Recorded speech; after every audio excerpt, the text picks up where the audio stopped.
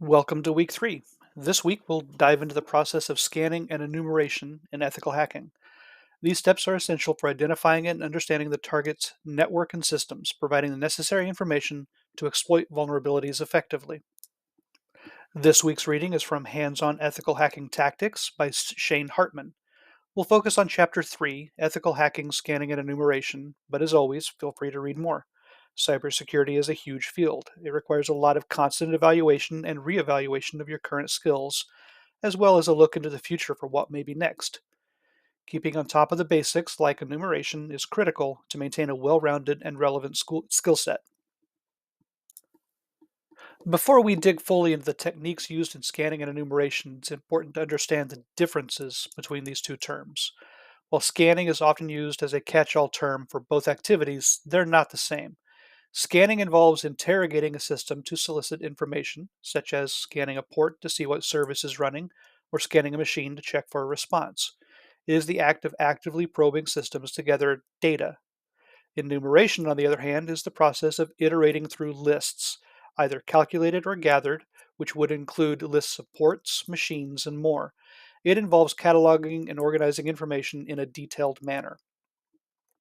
It's important to note that scanning and enumeration are not limited to just the network perimeter.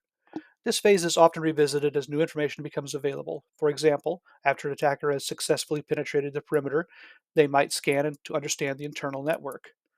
Whether externally or internally, the objective of network scannings are identifying hosts on a network, identifying open and closed ports on each host, identifying operating systems in place, Windows, Linux, Mac, whatever, identifying services running on the network, identifying processes running on the network, identifying the presence of security systems like firewalls and antivirus, identifying systems and network architectures, identifying vulnerabilities.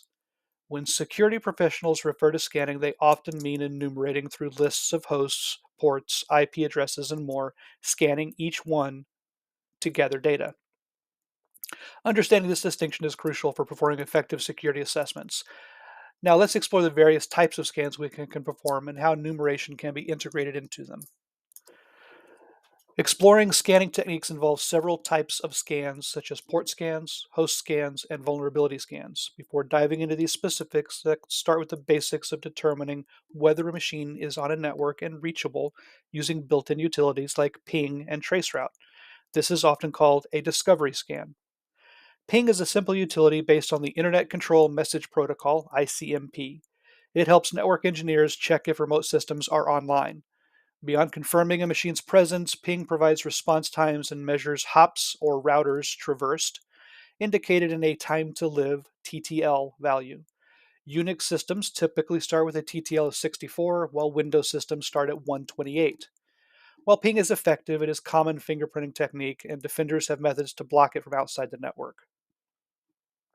Ping at scale, or ping sweep, involves using scripts or applications to ping multiple addresses, identifying active systems on a large network. Tools like SolarWinds, Advanced IP Scanner, FPing, Angry IP Scanner, and Nmap can automate this process, aiding in network mapping by polling network blocks or lists of IP addresses. Traceroute maps the routers between you and the target host by increasing the TTL value incrementally.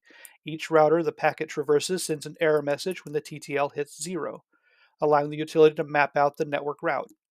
This is useful for mapping the perimeter and internal network infrastructure once an attacker gains a foothold.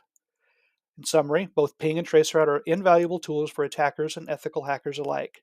They are widely available on most machines and used by administrators for network troubleshooting, making them discreet and effective for network mapping. With patience, these tools, one can map out an entire network using without raising alarms. Now let's move on to identifying open ports and services. Once you've identified which systems are available and responding, the logical next step is to discover what services they are running. Services like email and web servers are the heart of network communication, and they open specific ports to facilitate this interaction. To identify these services, the most straightforward approach is to perform a port scan. Now, a little bit of a refresher here for those of you who don't know. Ports are communications endpoints for network services. They are identified by port numbers. with well-known port numbers ranging between 0 and 1023. Registered ports go from 124 to 49,151, and dynamic or private ports go from 49,152 to 65,535. Understanding ports is crucial for identifying which services are running and potentially vulnerable. Port scanning is the primary technique used for service enumeration. By scanning a target's ports, you can identify which ones are open and the services listening on those ports. These can reveal critical information about the system, such as when software versions are running and potential vulnerabilities. Tools like Nmap are widely used for this purpose because they can efficiently map out the services on a network, providing detailed insights into the operational landscape of the target. When a port scan is initiated, it sends probes to various ports on the target system. If a port is open, the service responds, indicating that it's active. These responses can be analyzed to determine the type of service and its version. For instance, a scan on port 80 might reveal that an Apache web server is running, while a scan on port 25 might indicate a mail server. Understanding the services running on network is crucial for several reasons. Identifying vulnerabilities. Knowing which services are active helps identify vulnerabilities. Different services and software versions have distinct security issues. By enumerating these services, you can tailor your security assessments to focus on potential weak points. Understanding network functionality. Service enumeration provides insights into how the network operates, which is essential for both defense and attack strategies. For defenders, it helps in securing the network by identifying and patching potential vulnerabilities. For attackers, it helps in crafting specific exploits. Maintaining security posture. Continuous monitoring and enumeration ensures that all services are accounted for and assessed regularly. This practice helps maintain a robust security posture by keeping abreast of any changes in the network's service landscape. Port scans are a fundamental technique in network security designed to determine whether a port is responding and available for communication on a network. Let's break down the core components and methodologies involved. First up, the three-way handshake. In normal communications, a machine initiates contact through the Transmission Control Protocol, TCP, which uses flags to control communication. The process begins with a three-way handshake, essential for establishing a reliable connection. First, the requesting machine sends a synchronize or SYN packet, analogous to dialing a phone number and waiting for it to ring. The target machine responds with a synchronize and acknowledge or SYN-ACK packet, similar to answering the phone with a hello. Finally, the requesting machine sends an ACK packet, akin to saying hello back and starting the conversation. Now let's discuss communication control flags. Once communication is established, various flags control the process. Reset flag indicates the port does not accept requests. A finish flag signals the end of a session, gracefully terminating the connection. A push flag directs data to the application without buffering. An urgent flag ensures immediate processing of the sent data. Pen testers and attackers can manipulate these flags, crafting TCP packets to gather information about running applications or services. Common TCP port scans. Several types of scans leverage these flags. TCP Connect scan, reliable, and completes the TCP handshake. If the port is open, it replies with a SYN-ACK. If closed, with a reset ACK. However, it is easily detectable. A TCP SYN scan, known as a half-open scan, it does not complete the handshake, but provides enough data about a system status while trying to avoid detection. The TCP FIN scan sends a FIN packet to a target port to close a non-existent connection. If the port responds with a reset, you know it's closed. This is effective mainly against Unix devices. A TCP null scan sends a packets with no flags set, attempting to elicit a response and disclose the port status. A TCP ACK scan sends a crafted packet with the ACK flag, triggering an access control list response to reveal port activity despite ACL restrictions. And a TCP Christmas tree scan sends packets with a combination of all flags to observe system response. Closed reports should return a reset. Finally, UDP protocol challenges. Unlike TCP, the User Datagram Protocol, UDP, is often referred to as the unreliable protocol due to its best effort communication nature. It lacks the flags and feedback mechanisms of TCP, making it harder to manipulate and port scan. TCP is typically used for streaming video and music where constant communication is more critical than error checking and reliability. While basic port scanning provides a wealth of information, advanced techniques can offer deeper insights. Here's a sample of some of the more commonly used advanced enumeration techniques. Banner grabbing involves capturing the welcome banners of services, which often disclose software versions and other useful information. Tools like Nmap can go beyond simple port scanning to fingerprint services, providing detailed information about the operating systems and services running on the target. Application layer protocol probing probes specific application layer protocols like HTTP, SMTP, and FTP to gather detailed information about the services. When performing port scans, it's important to take certain precautions to avoid adverse effects on the network. These precautions apply to both attackers and defenders. It's crucial to avoid taking down a network or causing disruptions that render it unusable. For defenders, it's also important to prevent unnecessary work by triggering alerts and support tickets.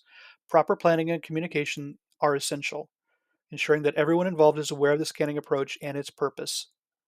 Key issues in port scanning include false positives. Sometimes software uses port numbers registered to other applications, leading to false alarms during port scans. This can result in unnecessary blocking of legitimate programs. It's essential to investigate any item of interest thoroughly before applying controls or blocks. False negatives.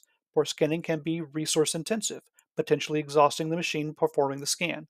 This can lead to false negatives where legitimate data is not processed correctly because the machine is overwhelmed. Heavy traffic. Port scans, especially large scale ones, can create high network utilization and introduce latency. It's advisable to conduct such scans outside of normal business hours to minimize disruption. System crashes. Scans, particularly vulnerability scans, have been known to crash systems, rendering them inoperable. Careful planning and communication with relevant parties is necessary to mitigate this risk. Unregistered port numbers. Many port numbers in use are not officially registered, complicating the identification of the software that uses them. This ambiguity can pose challenges during the scanning process. While port scanning is a powerful tool for ethical hackers and attackers, it's essential to be aware of these issues and take appropriate measures. Additionally, there are defenses that can make port scans more difficult or less reliable, adding another layer of complexity to the process. When it comes to preventing attackers from gathering information through port scans, several countermeasures can be employed, starting with firewall configurations. One effective approach is to implement a deny all rule, which blocks all traffic to all ports unless explicitly approved.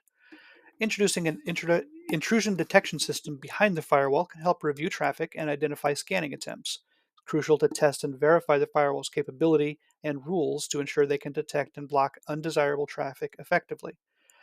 Conducting port scan tests using the same tools attackers would use, like Nmap, helps understand what the scans look like and which controls can detect and alert on them. Once attackers bypass the perimeter defense, they often find internal networks to be less secure. To counteract this, segmenting the network into logical segments makes broad scans more difficult. Implementing access control lists on internal routers can block or drop traffic based on specific rules, similar to firewall configurations. Using a security information and event management or SIM can detect and alert on network behaviors such as scans. It's also beneficial to perform internal scans on dedicated systems to avoid false positives. Using applications like Nmaps on these systems and setting rules or exceptions can prevent unnecessary alerts. Endpoint protection systems provide another layer of security by monitoring and assessing specific machines. These systems have rules to detect common attack vectors, including port scans, and can alert staff to suspicious behaviors. Although it might not be possible to completely stop port scans, managing alerts effectively allows for early detection. These countermeasures and techniques can significantly reduce the risk of successful scanning attempts. Because it's impractical to cover every tool, our focus will be on widely used and well known tools like Nmap, which provide comprehensive and scanning enumeration functionalities. Let's go ahead and explore the Nmap scanning tool in detail. Nmap, short for Network Mapper, is an indispensable tool widely used by penetration testers and ethical hackers. Its popularity stems from its open source nature and the continuous updates contributed by a vibrant community. At its core, Nmap is a port scanner that identifies which TCP and UDP ports are open on a target system, making it an essential tool for network reconnaissance. However, Nmap's functionality extends far beyond simple port scanning. It offers a wide variety of features, including ping sweeps, operating system fingerprinting, and trace routing. Additionally, with the Nmap scripting engine, or NSE, Nmap can be expanded into a general purpose vulnerability scanner, further enhancing its versatility. When using Nmap, it can help to display a summary of the packets as they are being sent. This is achieved using the packet trace switch, which reveals various status messages, including system and details about source and destination IP addresses and ports. It also provides other header information, such as the IP, TTL, and the TCP sequence number. For instance, an Nmap command to perform a packet trace might look like what you see on the screen. Nmap dash capital PN dash S capital S IP address dash P 1 1024 dash dash packet dash trace. Breaking this command down, we see that the dash capital PN parameter indicates that we don't want to ping the target system, we just want to scan it. The dash S capital S parameter specifies a send scan. The dash P 1 to 1024 tells Nmap to scan ports 1 to 1024 only. And finally, the dash dash packet trace displays the status and packet summary information. While the scan is running, various keys can be used to interact with Nmap. Hitting the P key enables packet tracing, while Shift plus P turns it off. Pressing any key shows the current status, such as elapsed time, number of hosts completed, hosts up and running, and those being scanned in parallel. The V key increases verbosity, and the D key activates debug mode. Nmap also supports controlling the randomness and speed of scans, providing additional flexibility. These capabilities make Nmap a powerful tool for ethical hackers, offering detailed insights into network structures and vulnerabilities. Nmap supports various output parameters and functions, making it a valuable tool for both attackers and defenders when it comes to inventory and categorization. By providing structured output, Nmap allows users to leverage results for later scans, reports, and other tools. Nmap offers several output options to suit different needs. -ON, OX, OS, OG. These options allow users to save scan results in different formats: normal, XML, script kiddie, and a greppable format, respectively. -OA output results in all three major formats simultaneously: the normal, XML, and greppable. -V increases the verbosity level of the output, increasing the level of detail shown. For even more detail, you can use -VV. -D and then a level sets or increases the debugging level ranging from 1 to 9. -open shows only open or possibly open ports. -packet trace displays all packets sent and received. -if list prints host interfaces and routes for debugging. -log errors logs errors and warnings in the normal output format. -append output appends to rather than overwrites the specified output file. -resume and a file name will resume an aborted scan.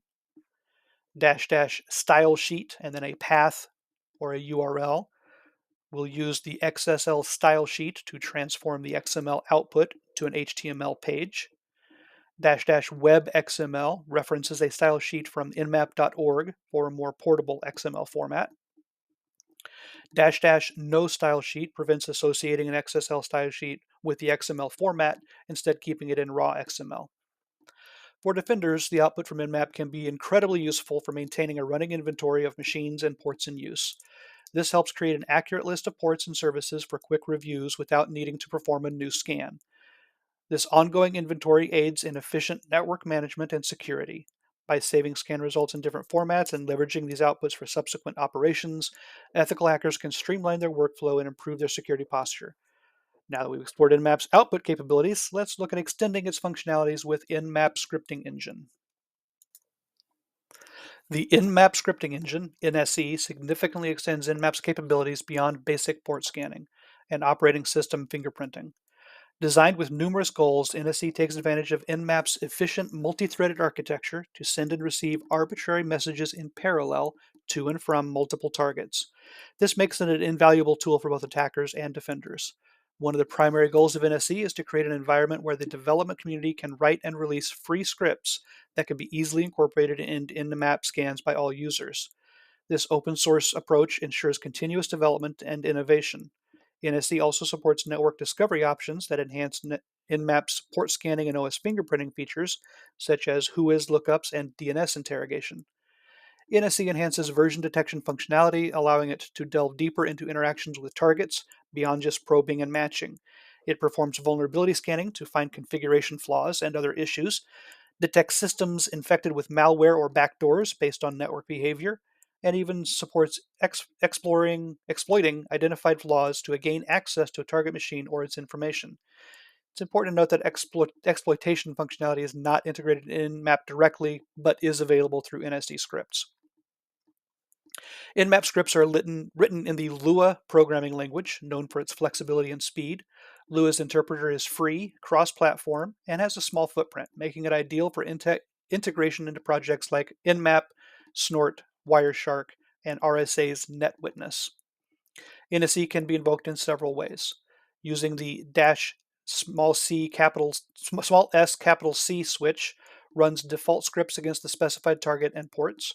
For example, nmap dash sc IP address dash port 1 to 124 runs scripts over the first 1024 ports of the target address. Scripts are divided into categories, such as safe, they provide minimal impact to the target; intrusive, they may leave log entries or cause system impact; auth, they're focused on authentication routines; malware, checking for malware and backdoors; version retrieves version information of services; discovery gathers information about the network environment; vuln identifies known security flaws; external leverages internet-based third-party databases for additional information; and default, which is the same as just using the -sc switch. Nmap offers both a command line and graphical user interface called ZenMap. ZenMap enhances Nmap's usability by providing a visual interface for various functions and configurations. When you start ZenMap, you're greeted with a main screen that facilitates ease of use and accessibility. A target field in ZenMap supports various inputs, including machine names, single IP addresses, and subnets. The profile dropdown offers 10 pre-configured scan types, each tailored for specific scanning needs. Each profile serves different purposes, ranging from fast checks to a detailed, comprehensive analysis. Okay, you're going to hear me say this several times throughout the course, but it is important, so pay attention. As ethical hackers, our primary objective is to identify and mitigate security vulnerabilities to protect organizations from malicious attacks. To achieve this, it's crucial to adhere to a professional and ethical approach throughout our activities. Let's explore the key elements that define this approach. First and foremost, proper authorization is essential. Before engaging in any ethical hacking activities, it's imperative to obtain explicit permission from the owner of the system. This authorization ensures that our actions are sanctioned and that all stakeholders are informed of the planned activities. Unauthorized access, even with the best intentions, can lead to serious legal and ethical consequences. By securing proper authorization, we establish a foundation of trust and legitimacy for our work. Now, let's talk about clear documentation. Keeping detailed records of all actions taken during an ethical hacking engagement is vital. This documentation should include the methodologies used, findings discovered, and steps taken to remediate any vulnerabilities found. Clear and thorough documentation serves multiple purposes. It provides a transparent record of our activities, facilitates communication with stakeholders, and it ensures that our work can be reviewed and verified. In essence, good documentation is the cornerstone of accountability and professionalism. Respect for privacy is another critical aspect of our professional approach. During our assessments, we may encounter sensitive personal data. It's our responsibility to avoid accessing unnecessary personal information and to protect any sensitive data we come across. Respecting privacy not only upholds ethical standards, but also ensures compliance with data protection regulations. As ethical hackers, we must prioritize the privacy and confidentiality of the information we handle. Legal compliance is non negotiable in ethical hacking. Adhering to relevant laws and regulations is fundamental to maintaining the integrity of our work. This includes staying updated on legal requirements and ensuring that our activities comply with all applicable laws. Legal compliance protects us, the organizations we work with, and the broader community. It also reinforces the legitimacy and credibility of ethical hacking profession. Lastly, employing a professional methodology is essential. This means using recognized and accepted techniques, maintaining a high standard of professionalism, and continuously updating our skills and knowledge. A structured and methodical approach to ethical hacking ensures that our assessments are thorough, effective, and reliable. By adhering to professional methodologies, we can deliver high quality results that genuinely enhance the security posture of the organizations we serve. Network mapping involves creating a visual representation of the network topology, including devices, connections, and services. Tools like Nmap and ZenMap can generate network maps, helping ethical hackers understand the target environment and plan their activities. Okay, in this unit, we dug into the fundamentals of scanning and enumeration, starting with the basic tools such as ping and traceroute, and progressing to the more advanced, versatile Nmap tool. We began by exploring how ping and traceroute can determine whether a machine is reachable on a network. We then took a look at Nmap, the de facto standard tool for scanning in the realm of ethical hacking and penetration testing.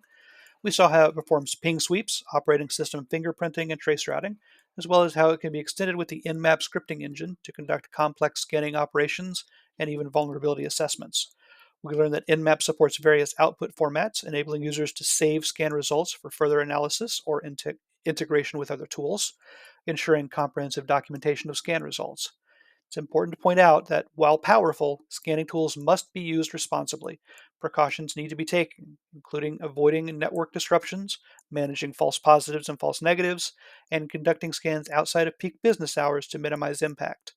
Defenders can implement various countermeasures such as denial firewall rules, intrusion detection systems, network segmentation, and access control lists to mitigate the risks associated with port scanning. Next week, we'll dive into vulnerability scanning, an essential topic that builds on what we've learned today. We'll explore how to identify and assess vulnerabilities in systems to further enhance our cybersecurity defenses. Until then, keep practicing, stay curious, and have a great week. I look forward to our next session.